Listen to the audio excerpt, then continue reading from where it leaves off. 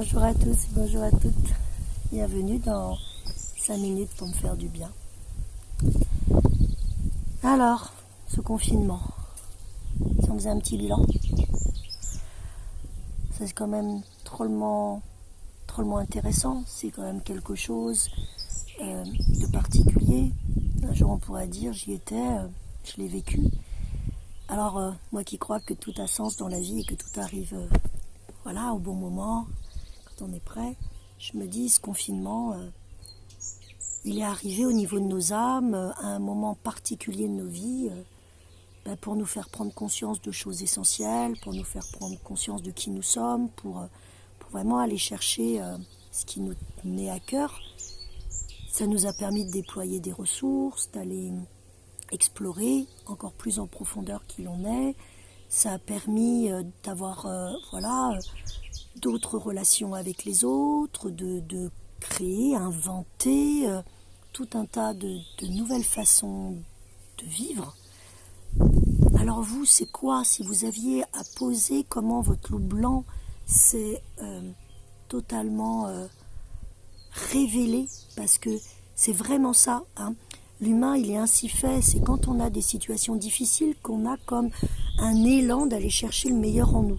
Alors que des fois, on aime bien juste surfer tranquillement sur la vague, on ne se pose pas trop de questions. Mais là, voilà, quand la vague devient très forte, on est obligé d'aller puiser en nous des potentiels, d'aller vraiment chercher ce qui nous parle.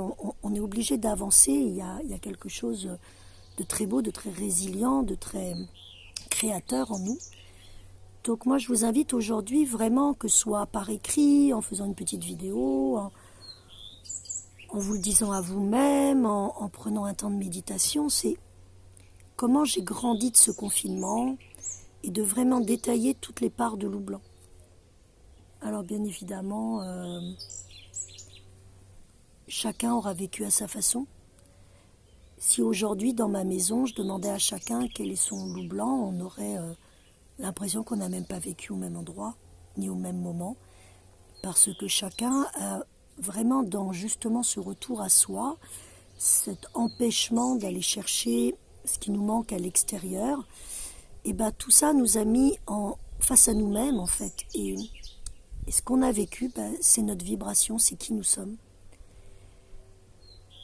Et puis bien évidemment, quand vous avez vraiment d'abord commencé par le loup blanc, et puis laissé du blanc, qu'à de le dire, derrière la page, parce que au fur et à mesure de la journée, de vos prochains rêves, vous allez rajouter des choses comme ça. Mais voilà, allez explorer vraiment ce qui vous a fait grandir, comment vous êtes découvert, vraiment tous les côtés lumineux que vous avez mis en lumière, que vous vous êtes donné à vous, donné aux autres, donné au monde. Et puis, sur tous ces moments difficiles, et on l'a vu avec les vidéos sur les énergies aussi, hein, tout ça, fait que notre loup noir, il s'est réveillé.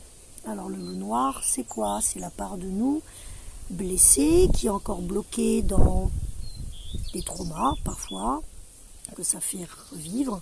Là, dans ce cas-là, il faut vraiment se faire accompagner. Là, on ne peut pas jouer tout seul à cet endroit. Mais ça peut être tout simplement des blessures pas encore finies de réparer. Et comme disait très justement une amie, on a toujours l'impression qu'on n'a jamais fini de travailler sur nous. Non, on n'a jamais fini, continuons. Puis à chaque fois, on va plus loin, plus profond. Donc, il y a des blessures que même si on avait travaillé, elles sont revenues. Elles sont revenues justement pour nous donner l'occasion de les transmuter, de encore faire un pas, dépasser. Il y a des peurs, il y a des incertitudes, il y a eu de la confusion, il y a eu de l'illusion, il y a eu du coup toutes les blessures, c'est-à-dire une forme de rejet, se sentir rejeté de la société ou avoir quelque chose de rejet sur ce qui se passe ou sur soi-même, l'abandon, hein, comment on s'est senti abandonné, seul, comment on a vécu ça, si on a cette blessure qui est là, comment on s'est senti abandonner les autres, peut-être avec de la culpabilité. Il peut y avoir eu vraiment de perte de confiance, perte de repères, plus savoir trop où on était, qui on était. Il peut y avoir eu le sentiment de trahison et d'être vraiment très, très heurté par ce qui se passe, se sentir sous le joug des autorités, tout ça, et ça peut être compliqué, ou sous le joug de personnes autour de nous, ou de gens qui n'avaient pas la même vision que nous de ce confinement et qui nous imposaient des choses. Et puis ça joue encore sur la dernière blessure qui est tous les endroits où on n'est pas nous-mêmes, quoi. On n'est pas dans notre juste intégrité, authentique et dans une justesse pour soi et pour les autres, et qu'on sent de l'injustice du coup à l'extérieur.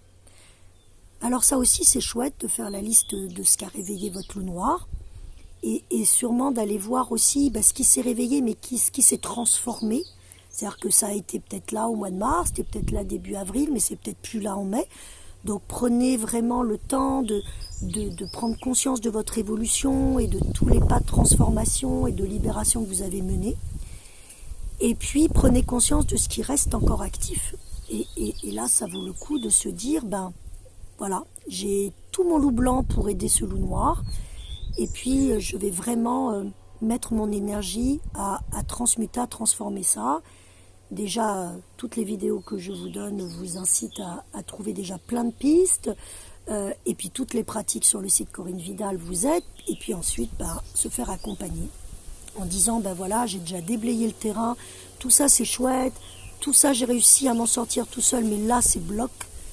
Et c'est faire preuve d'humilité et faire preuve de bienveillance pour soi, que tout simplement à un moment donné, demander de l'aide et se permettre un soutien.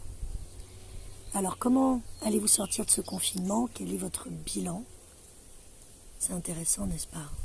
Je vous envoie tout mon amour. Belle journée à vous.